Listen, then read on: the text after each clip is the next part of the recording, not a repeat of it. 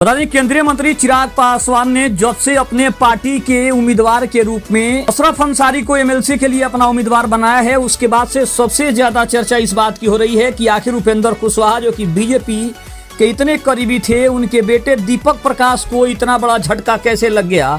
और केंद्रीय मंत्री चिराग पासवान और बीजेपी ने एक तीर से कई सारे निशाने साध दिए, जिसका सबसे बड़ा नुकसान उपेंद्र कुशवाहा और उनके बेटे दीपक प्रकाश को हुआ है।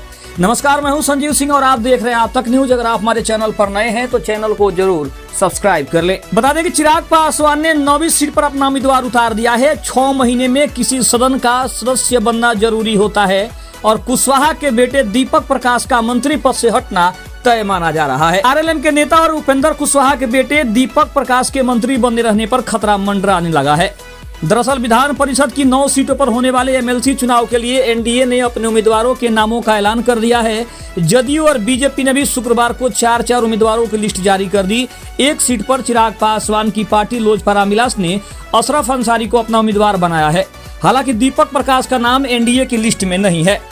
अब इस फैसले ने पूर्व विधान पार्षद हुलास पांडे की दावेदारी को तगड़ा झटका दिया है। एनडीए कैंडिडेट की लिस्ट आने के बाद राज्य की राजनीति में हलचल तेज हो गई है।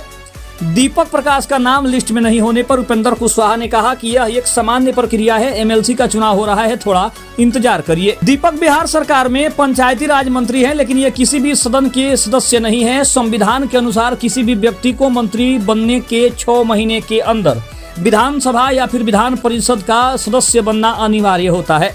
ऐसा नहीं होने पर उसे मंत्री पद छोड़ना पड़ता है। ऐसे में एमएलसी चुनाव को दीपक प्रकाश के लिए सदन की सदस्यता हासिल करने का सबसे अहम मौका माना जा रहा था, लेकिन एनडीए की लिस्ट में नाम नहीं आने से उनकी मुश्किलें और ज्यादा बढ़ गई है। दीपक प्रकाश को टिकट नहीं मिलने के बाद उनके मंत्री पद को लेकर राजनीतिक गलियारों में अटकलें शुरू हो गई है। सवाल उठ रहे हैं कि क्या वे आगे भी मंत्री बने रहेंगे या फिर मंत्रिमंडल में उनकी जगह पर खतरा मंडरा सकता है। भाजपा और जदयू ने अपने अपने कोटे की 4 सीटों पर उम्मीदवारों की घोषणा कर दी है। भाजपा ने भोजपुरी के अभिनेता, पावर स्टार कहे जाने वाले पवन सिंह, डॉक्टर संजय मयूख, अनिल कुमार ठाकुर और शीला पंडित को अपना उम्मीदवार बनाया है। वहीं जदयू ने निशांत कुमार, भारती मेहता, शिवरानी देवी प्रजापति और उपचुनाव के लिए ललन प्रसाद को मैदान में उतारा है। इन नामों की घोषणा के साथ ही स्पष्ट हो गया कि दीपक प्रकाश को एमएलसी चुनाव लड़ने का मौका नहीं मिलेगा। वहीं बिहार विधानसभा के मौजूदा संख्या बल के अनुसार एक एमएलसी सीट जीतने के लिए करीब 25 विधायकों के वोटों की आवश्यकता होती है। एनडीए के पास 8 उम्मीदवारों को आसानी से जिताने लायक संख्या बल है। भाजपा और जदयू ने 4 उम्मीदवार उतारकर सभी सीटों पर अपना दावा मजबूत कर लिया है। गठबंधन के भीतर बची हुई सीट पर लोक जनशक्ति पार्टी रामविलास का दावा मजबूत माना जा रहा है। ऐसे में राष्ट्रीय लोक मोर्चा के हिस्से कोई सीट नहीं आ सकी, जिससे दीपक प्रकाश का दावा कमजोर पड़ गया है। अब दीपक प्रकाश राष्ट्रीय लोक मोर्चा के प्रमुख और राज्यसभा के सांसद उपेंद्र कुशवाहा के बेटे हैं। लंबे समय से उनके एमएलसी उम्मीदवार बनाए जाने की चर्चा थी, लेकिन अंतिम सूची में उनका नाम शामिल नहीं किया गया। एमएलसी चुनाव के लिए 18 जून को मतदान होना है। उससे पहले दीपक प्रकाश को टिकट नहीं मिलने और उनके मंत्री पद पर मंडरा रहे संकट ने बिहार की राजनीति को एक नया सवाल भी खड़ा कर दिया है। अब सबकी निगाहें इस बात पर टिकी है कि आने वाले दिनों में उनके राजनीतिक भविष्य को लेकर क्या फैसला होता है।